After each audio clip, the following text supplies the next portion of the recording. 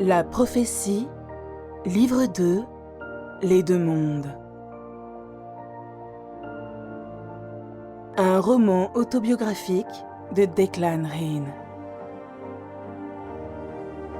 Avec les voix de Claudine Abdelkader et d'Alexandre Michalak. Avertissement. Ce livre audio contient des scènes érotiques explicites qui pourraient heurter la sensibilité de certaines personnes. L'écoute en est donc réservée à un public averti.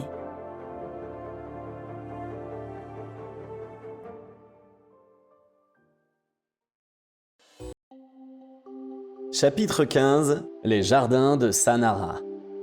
Je referme soigneusement la porte. Nous sommes seuls. Nathalie noue ses bras autour de mon cou et m'embrasse par petits bisous, comme un oiseau qui picore. Ses lèvres sont complètement sèches, un point dont j'ai omis de lui parler. Je dénoue doucement ses bras de mon cou, pose ma mallette sur une table, l'ouvre, y farfouille un instant. Je lui tends un tube de labello et une petite boîte métallique. Il faut protéger tes lèvres contre le dessèchement, sinon tu auras très vite des gerçures, et c'est très désagréable. N'oublie pas d'en mettre aussi autour des narines. Pour les paupières, utilise plutôt cette préparation à base de vaseline. C'est inhabituel, mais indispensable si tu ne veux pas avoir l'impression qu'elle se craquelle.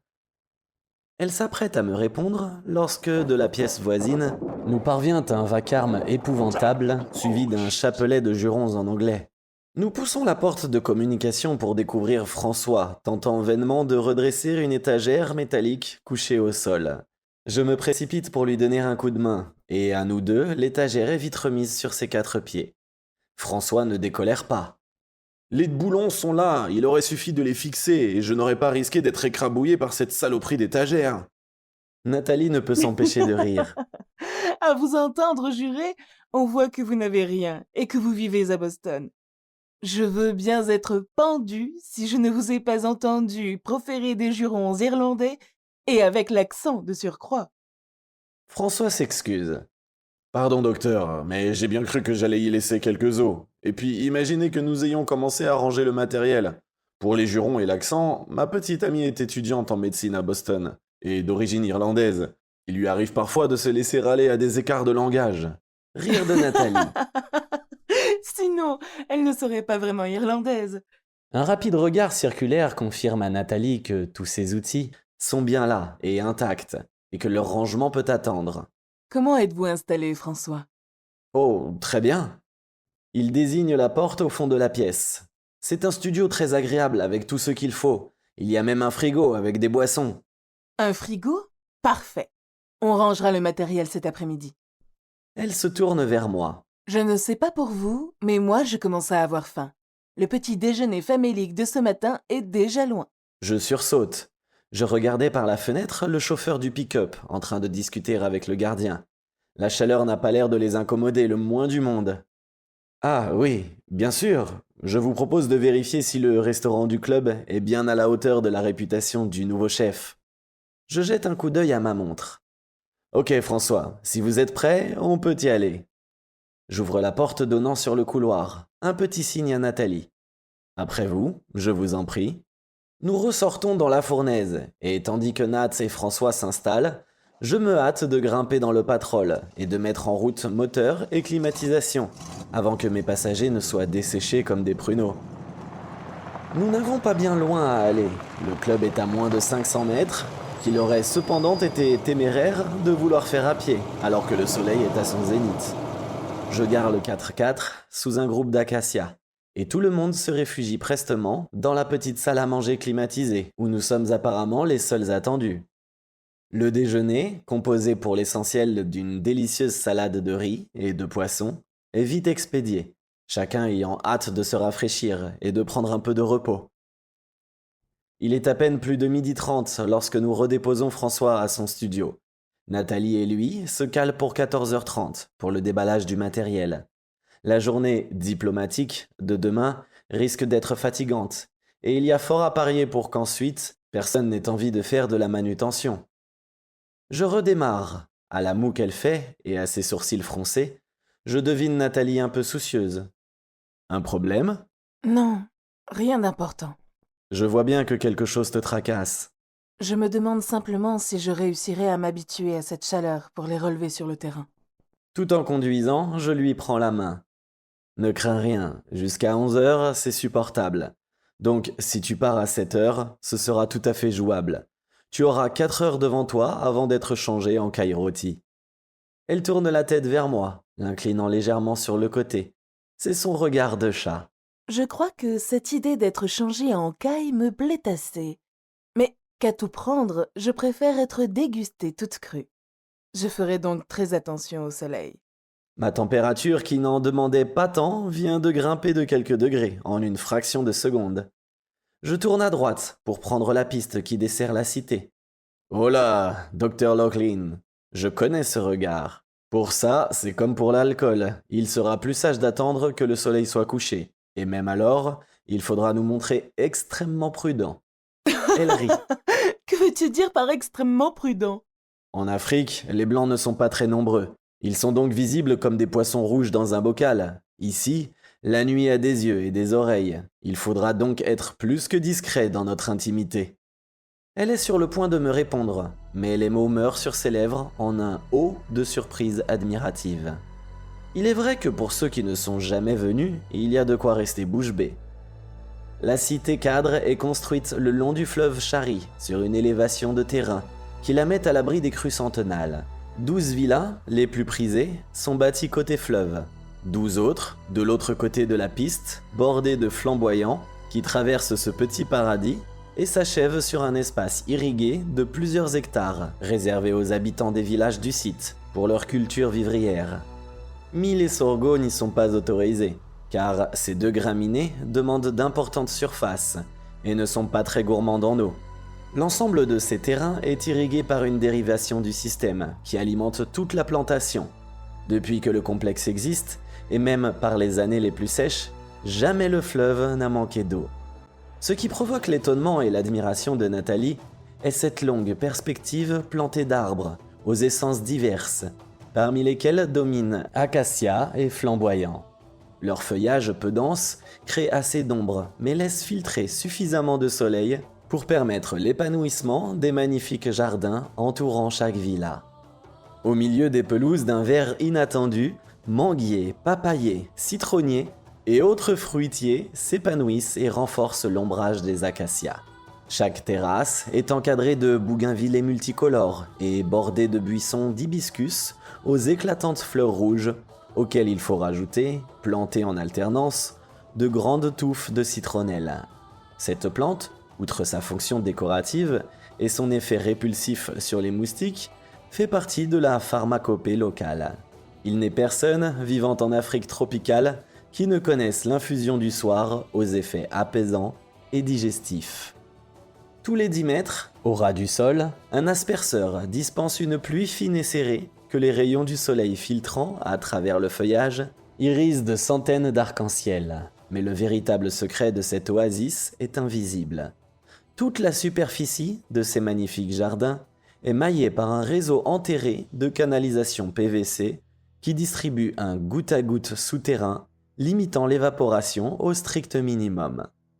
Nathalie semble fascinée. Seigneur, que c'est beau! C'est le jardin d'Éden. Puis elle fronce les sourcils. Mais je doute que les villages alentours bénéficient du même traitement. Je confirme. C'est exact. Mais avant la création du complexe, il n'y avait strictement rien. Aujourd'hui, non seulement tous les villages sont approvisionnés en fruits et légumes frais, dont ils vendent une partie sur le marché de Sanara, mais ils ont un accès gratuit aux soins. Alors tant que les jardins de la cité resteront verts, tout ira bien pour eux. Je stoppe devant ce qui va être notre villa pendant les 2 semaines de notre séjour, et tout en descendant du véhicule, suivi par Nathalie, je complète mon explication. Sois persuadé qu'ils ne voient aucune forme d'injustice dans le fait que nous vivions dans un palais par rapport à leur case, sans eau ni électricité. Nous sommes un peu leur Olympe, mais contrairement aux dieux irascibles de la Grèce antique, nous ne dispensons qu'abondance et santé. Ils savent qu'ils peuvent compter sur nous. Tu verras demain, avec les chefs de village, tu comprendras. Tout en parlant, nous avons grimpé les quelques marches d'accès à l'immense terrasse de la maison. Un détail me prouve que nous étions attendus. Table de jardin, chaises et fauteuils ont été soigneusement dépoussiérés. Je récupère dans la poche de mon jean le petit trousseau de clés que m'a confié de Valois et ouvre la porte de la villa. Je m'efface et m'incline légèrement. Vous êtes chez vous, madame. J'ai droit à un regard à damner un sein. De sa démarche de danseuse, Nathalie passe à me frôler, provocante.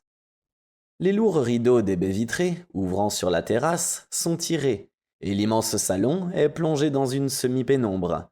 La fraîcheur dispensée par une climatisation silencieuse contraste agréablement avec l'intense chaleur de l'extérieur.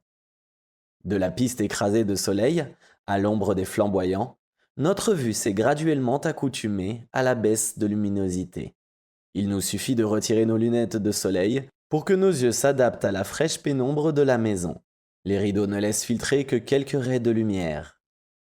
Pour y avoir déjà séjourné, je connais cette case, réservée à l'accueil des personnalités en transit. Mais Nathalie la découvre. Elle reste plantée là, n'en croyant pas ses yeux. L'immense pièce est divisée en 2 zones séparées par une arche romane, de chaque côté de laquelle sont aménagées 2 niches ornées de statuettes en bois clouté du plus étrange effet. La première moitié, où nous sommes, constitue le salon, centré autour d'une large table basse au plateau ovale, taillée d'une seule tranche, dans un tronc d'azobé. Cette essence à la couleur violacée si particulière.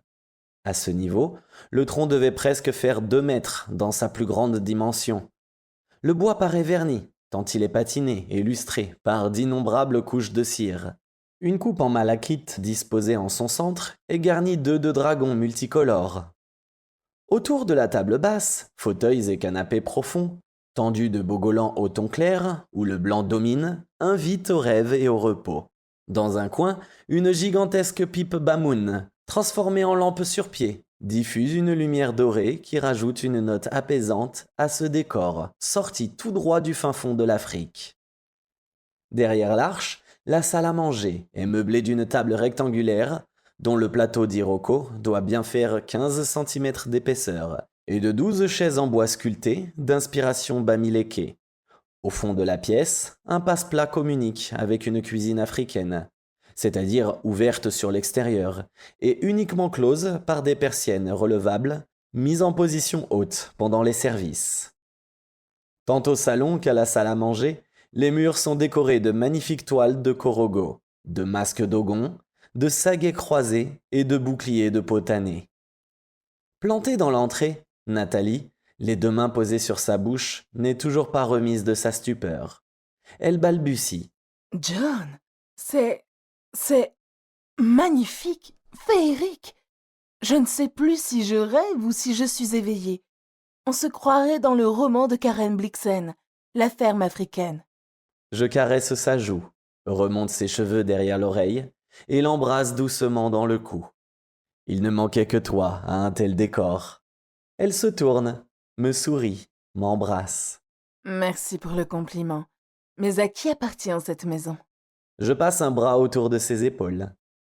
Oh, c'est une longue histoire. À l'origine, avant que le groupe ASC ne rachète le complexe, la maison était strictement réservée au président du Tchad, qui l'avait fait construire pratiquement en même temps que l'usine. Tu remarqueras d'ailleurs que toutes les maisons de la cité sont des modèles réduits de ce petit palais.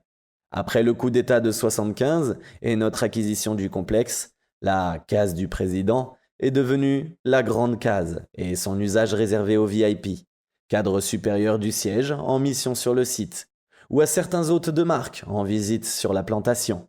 Ah, je suis un hôte de marque? Très flatté. Je lui mets une petite pichenette sur le bout du nez. Il faut dire que ton CV est impressionnant et les a impressionnés. Allez, viens, je vais te montrer ta chambre. Elle me stoppe net dans mon élan, me retenant par le bras. La question exprime une certaine inquiétude. Ma chambre? Et toi, où dors-tu? Je lui prends le menton. Rappelle-toi que nous avons une couverture à préserver. D'ailleurs, en période d'intercampagne, je n'aurais pas été logé dans la même case que toi. Ah bon? On a eu de la chance. Je ris. La chance n'y est pour rien. Je connais bien l'organisation de la campagne de récolte et les problèmes de logement posés par l'afflux de personnel saisonnier en cette période. Je savais donc qu'à 99%, Nous serions tous les deux logés dans cette maison. Il y a une autre chambre, je vais te montrer. Elle me fixe avec un petit sourire. Tu avais donc tout prévu, Machiavel. Je la précède et ouvre une porte donnant sur un couloir distribuant 2 chambres. Je pousse la porte, de la première à droite. La pièce est sommairement meublée. Un grand lit sur lequel a été posée ma valise, 2 chevets, une table, une chaise et un placard pour suspendre mes affaires. Dans le fond, une porte donnant sur la salle de bain. Je fais entrer Nathalie. C'est la chambre du garde du corps, la mienne. Elle éclate de rire. Garde du corps? C'est toi le garde du corps et c'est moi le corps que tu es censé garder? De nouveau ses yeux de chat. Je crains et j'espère le pire. Une petite tape sur ses fesses. Allez, viens voir où nous allons dormir. J'ouvre la porte de l'autre chambre, et c'est de nouveau la même magie. La pièce ne fait pas moins de 40 mètres carrés. Le mur face à la porte est percé de 2 baies occultées par de lourds rideaux. Les autres sont entièrement tendus de toiles de Corogo. Même celui où est adossé un lit, si grand qu'il semble avoir été conçu sur mesure pour un géant, près de 3 mètres sur plus de 2. Un baldaquin habillé de tulle permet de déployer une moustiquaire sur une couche somptueuse recouverte d'un dessus de lit en patchwork de Bogolan, tout comme les incroyables coussins qui le décorent. Le sol est un parquet en wenge, en large lame, couvert de 2 tapis de haute laine. De chaque côté du lit, 2 chevets en acajou massif, assortis à la grande commode, près de laquelle on a déposé les bagages de Nathalie. Elle me saute au cou. Mon Dieu, on, on va vivre ici? Pendant 15 jours? J'ai l'impression que ce n'est pas réel et que d'un seul coup, je vais me retrouver à Paris. Une telle merveille au milieu de nulle part? C'est magnifique. Merci. Merci, John. Je l'embrasse doucement. Ne me remercie pas, je n'y suis pas pour grand-chose, et je te confirme, c'est bien réel, tout comme ta mission, et les relevés en brousse qui ne seront sans doute pas toujours des parties de plaisir. Pour vivre ça avec toi, j'irai faire des relevés en enfer. Oh, que je t'aime. Elle se recule un peu. Une si belle chambre a sans doute une salle de bain. Je la prends par la main. Lorsque je pousse la porte, elle a comme un sursaut. J'en étais sûre. J'aurais pu imaginer n'importe quoi, mais alors là, c'est clair, pas ça. Les murs de la salle de bain sont entièrement recouverts de mosaïques en pâte de verre, et l'éclairage est tel que l'on a immédiatement l'impression d'être immergé dans un lagon polynésien. Vasques des lavabos, bacs de douche, jacuzzi sont taillés dans une sorte d'obsidienne aux reflets bleutés, et les robinets sont tous en laiton massif. Nathalie s'exclame. C'est démentiel, mais que c'est beau. J'embrasse le bout de ses doigts. C'est la folie des grandeurs d'un homme qui est à l'origine de cette beauté. Et tu veux que je te dise, il ne le savait pas, mais il l'a fait construire pour toi. Cette maison et cette salle de bain t'attendaient. Nat me sourit. Elle s'avance, retire ses chaussures et commence à défaire la ceinture de son pantalon. Je m'exclame. Que fais-tu? Elle me regarde, l'air étonné. Je me déshabille. C'est ce qu'on fait d'ordinaire avant de prendre une douche. J'arrête son geste. Pardon, mais écoute-moi d'abord. Elle a un petit rire inquiet. Ne me dis pas qu'il n'y a pas d'eau. Non, ce n'est pas ça du tout. A-t-elle l'air étonnée ou agacée que je m'interpose entre elle et la fraîcheur bienfaisante d'une bonne douche? Je voulais t'en parler, mais ça m'est sorti de l'esprit. En Afrique, on évite de se doucher trop souvent, mais surtout d'utiliser les savons classiques qui favorisent les mycoses. En général, on prend une vraie douche où l'on se lave à fond, après le travail, avant le dîner. Le matin, douche à minima sans savon, ni gel, et à midi, on se contente de se rafraîchir sommairement. Mais naturellement, tu es libre de faire ce que tu veux. Je crains seulement que, tout comme n'importe qui, les défenses naturelles de ta peau, déjà très sollicitées par le climat, n'y résistent pas. Elle me regarde comme si je tombais de la lune. Mais qu'est-ce que tu me racontes? Mon explication, que je pensais pourtant claire, n'a pas réussi à la persuader. Je me permets donc d'insister. Ici, il fait très chaud, mais ça, tu l'as déjà remarqué. Ce que tu ne sais peut-être pas, c'est que si l'on se douche souvent, la peau perd très vite ses défenses naturelles, et l'on attrape toutes sortes de mycoses. Ça commence en général au pli de laine, et ça s'étend rapidement. Pour les dames, c'est un problème qui peut devenir très vite un lourd handicap. Je crois que mon dernier argument a fait mouche. Elle réajuste sa ceinture. Merci de m'avoir évité cet horrible cauchemar. Mais comment fait une femme pendant les 4 jours du mois où il faut quand même un minimum d'hygiène? Elle fait une drôle de grimace. Ce qui, je te le rappelle, est mon cas aujourd'hui. Là, je crois que c'est moi qui rougis. Je bafouille un peu. Autant que faire se peut, évite le savon classique et utilise un gel à pH neutre. J'en ai un stock dans ma valise. Attends, je reviens. Il ne me faut guère plus d'1 minute, je lui tends le flacon. Tiens, pas de souci, j'en ai assez pour 2. Je base en retraite et, sous son regard amusé, entame un savant repli à reculons. Je vais ranger mes affaires. On se retrouve au salon. Je me réfugie dans la petite chambre qui va me servir de dressing et dont il ne faudra pas que j'oublie de défaire le lit tous les soirs, ainsi que de froisser les draps le matin avant ma douche. Le personnel chargé du ménage ne doit pas avoir le moindre soupçon. Je défais rapidement ma valise et en range le contenu dans les placards de la chambre et de la salle de bain.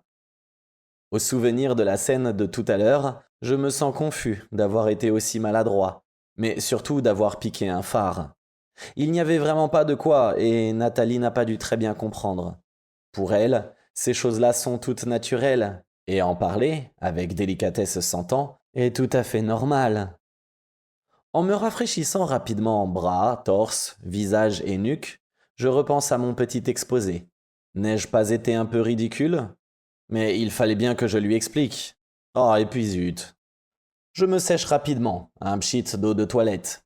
Je renfile ma chemise, un coup de brosse dans les cheveux et je sors, direction le salon. Elle y est déjà, négligemment assise sur un des canapés, un petit sourire au coin des lèvres. Eh bien, tu en as mis du temps. Ils ont dit que ce sont les femmes qui traînent dans les salles de bain. Je proteste. Mais j'ai vidé ma valise et rangé mes affaires. Son sourire moqueur s'accentue. Il se trouve que moi aussi. Puis elle éclate de rire. Non, je t'ai fait marcher. Je t'ai précédé d'1 seconde. Une moue de reproche. Est-ce que j'ai droit à un bisou quand même? Je m'assieds près d'elle, l'enlace. Ses lèvres sont douces, et le bout de sa langue, une vraie friandise. Il nous reste 3/4 d'heure avant de reprendre le collier. Un moment de détente au frais, dans les bras, l'un de l'autre, sans rien d'autre à dire ou à faire que profiter de l'instant. Pour laisser à Nat le maximum de place, je me suis allongé sur le côté, le dos contre le dossier du canapé. Elle m'a fait un bisou et elle a fermé les yeux. Il ne s'écoule pas 1 minute avant qu'elle dorme, et j'avoue que je m'assoupis aussi, le nez dans ses cheveux. Comme le disent beaucoup de ceux qui me connaissent, j'ai dû avaler un réveil sans y prendre garde alors que j'étais encore très jeune, et je ne m'en souviens plus. Toujours est-il que, comme à l'habitude, j'ouvre automatiquement les yeux alors qu'il nous reste un petit quart d'heure pour reprendre le travail. Tout comme moi, Nathalie ne déteste rien tant que d'être en retard. Je n'hésite donc pas à la réveiller, en lui chatouillant le bout du nez avec une mèche de ses cheveux. Elle ouvre instantanément les yeux. C'est le magnifique sourire qui fait de chacun de ses réveils un moment magique. Elle me donne un bisou du bout des lèvres et, dans la même seconde, saute sur ses pieds. Elle me tend la main. Eh bien, aurais-tu l'intention de passer l'après-midi à flemmarder? Je me contente de sourire, prends sa main et m'extrais du canapé où j'étais pourtant si bien. Elle me prend par les épaules. Merci de m'avoir réveillée. Je crois que j'aurai dormi jusqu'à demain. J'étais partie pour faire ma nuit. Un bisou très doux, trop bref. Allons-y, je ne voudrais pas faire attendre François. Je lui demande de prendre le volant et de me déposer devant les bureaux. Tu n'auras qu'à passer me récupérer quand tu auras fini. Je serai dans le bureau, juste à côté du secrétariat du DE. Le temps d'une vraie douche et l'on ira récupérer François pour le dîner. Un léger toc-toc à la porte me fait lever la tête du dossier de commande où j'étais plongé. Un coup d'œil à ma montre. Près de 18 heures. Je n'ai pas vu le temps passer. Entrez! La porte s'ouvre doucement et la tête blonde de Nathalie, son sourire et ses fossettes apparaissent dans l'entrebâillement. Ah, il n'y a pas de plaque. et je viens de me tromper en entrant dans le bureau du chef du service informatique. Je referme le dossier. Entre. Tu as donc fait la connaissance de Francis Vagno. Il était tellement absorbé par son travail qu'il a eu l'air de se réveiller. Avec ses grosses moustaches et ses lunettes rondes, on aurait dit un vrai hibou. Je me lève, récupère ma mallette. Il est toujours comme ça quand il travaille. Mais autrement, c'est plutôt un joyeux luron. Je la rejoins dans le patio, que nous traversons en diagonale, en suivant le tracé sinueux d'une petite allée empierrée. Le jour décline très vite. Il fera nuit dans 10 minutes. Notre patrol est garé juste devant la grille, et Nathalie se dirige côté passager. J'adopte un ton protecteur et condescendant. Non, garde le volant. Tu as su arriver jusqu'ici. Tu devrais bien pouvoir nous ramener à la case. Un petit regard en coin, les yeux bleus me scrutent et m'adresse un message subliminal. Ne joue pas les machos, John. Ça te va très mal. J'ai voulu plaisanter, mais j'ai juste été un peu lourd. J'essaie de me faire pardonner avec un bisou. Le trajet est bref, mais lorsque Nathalie gare le 4x4 devant l'entrée de la case, le soleil a déjà basculé derrière l'horizon et il fait presque nuit. Alors que nous franchissons le seuil, un bahut sculpté, que je n'avais pas remarqué à midi, attire mon attention. Je pense à un bar, et j'ai la surprise en l'ouvrant de découvrir un lecteur changeur de CD avec son ampli. Sur le point de filer dans la chambre, Nathalie revient sur ses pas. Oh, c'est magnifique. Regarde. Rangée sur les rayonnages inférieurs, elle me désigne une collection impressionnante de CD. Classique, jazz, rock, parmi lesquels une bonne dizaine de disques de country. Juste en dessous, un échantillonnage de musique orientale et africaine. Je regarde les murs du séjour tout autour. Mais où sont les enceintes ? Nathalie me regarde, l'air surpris. Comment? Tu ne savais pas? Que croyais-tu trouver dans ce meuble? J'ai cru que c'était un bar. Sa surprise s'accentue. Tu es pourtant déjà venu ici, non? Oui, mais tu sais, je n'y étais que pour dormir, et je n'ai pas vraiment cherché à explorer les lieux. Les rares heures libres, je les passais plutôt à découvrir la brousse, aux environs de la plantation. Le changeur est déjà garni. Nathalie met en route, et la seconde d'après, la voix de Nat King Cole semble sortir des murs. Sans hésiter, Nat se dirige vers les boucliers en peau, accrochés de part et d'autre du bahut. Elle soulève légèrement celui de droite. Les enceintes sont derrière. À part les 2 chambres, tu ne connais donc rien d'autre de la maison? Non, je dois l'avouer. D'un pas décidé, Nathalie traverse le séjour en contournant les canapés. Elle se campe devant la grande bibliothèque vitrée qui occupe la presque totalité du mur d'en face. Tu as vu? C'est une vraie mine d'or. Elle me dévisage avec un sourire perplexe. J'essaie d'imaginer tes missions. Ça doit plutôt ressembler à un marathon qu'à une villégiature. Cette maison est une vraie villa de vacances, mais tu n'en as apparemment pas beaucoup profité. Je parierais même que tu n'as jamais ouvert cette bibliothèque. Pari gagné. Et sais-tu seulement à quoi ressemble la cuisine? Sa question me paraît tellement saugrenue que je manque en rester quoi. Non, je n'y ai jamais mis les pieds. Mais pourquoi cette question ? Parce que Bertrand de Valois m'a dit qu'il avait fait garnir placard et frigo pour nos petits déjeuners. Elle sourit. Tu ne croyais tout de même pas que j'allais me contenter chaque matin d'un café et d'une biscotte? Non, tu vois, ça, je ne peux pas. Le sourire s'accentue et creuse ses fossettes. Je sais bien qu'à Rome, il faut faire comme les Romains, mais c'est un langage que mon estomac américain ne peut entendre. J'ai donc demandé à Bertrand s'il était possible d'avoir un minimum pour que l'on prépare nous-mêmes nos petits déjeuners. Allez, viens, on va voir ce qu'il a pu trouver. Elle me tend la main et m'entraîne dans la salle à manger, vers la porte à droite du passe-plat. J'ai déjà vu nombre de cuisines africaines. Rudimentaires et ouvertes sur l'extérieur, elles ne sont fermées le soir que par un système de portillons et de persiennes rabattantes. Celle-ci est conçue sur le même principe, mais son équipement, de la gazinière à l'immense frigo, en passant par les innombrables placards, est ultra moderne et ne doit pas dater de plus d'1 an. Je comprends mieux pourquoi la hiérarchie du siège passe souvent par la SST pour ses missions semestrielles. Nathalie a déjà commencé l'exploration en ouvrant les doubles portes du frigo. Bertrand de Valois a tenu parole. Je ne sais pas où il a pu se procurer tout ça en moins de 2 heures, mais il y a là de quoi tenir un siège. Soigneusement rangés sur les étagères, une quinzaine de blisters de bacon sous vide, des barquettes de petites saucisses, quelques paquets de beurre, une dizaine de litres de lait, des œufs, du jus d'orange, de l'eau en bouteille, etc. Dans les placards, farine, sucre, miel, confiture. Bref, il y a là tout ce qu'il faut pour se confectionner un véritable petit déjeuner pantagruélique à la mode américaine. Nathalie continue son exploration. Oh, regarde, il y a même une friteuse. Et là, dans ce placard, 10 bouteilles d'huile. Je vais te faire des donuts dont tu me diras des nouvelles. Une recette de ma mère. Les meilleurs donuts de tout le Texas. On dirait une enfant devant la vitrine d'un confiseur la veille de Noël. C'est le pays de Cogagne. C'est bien comme ça que vous dites dans le midi de la France. Elle me saute au cou et me couvre le visage de bisous. 15 jours au paradis. Si l'on allait se doucher et se changer pour le dîner.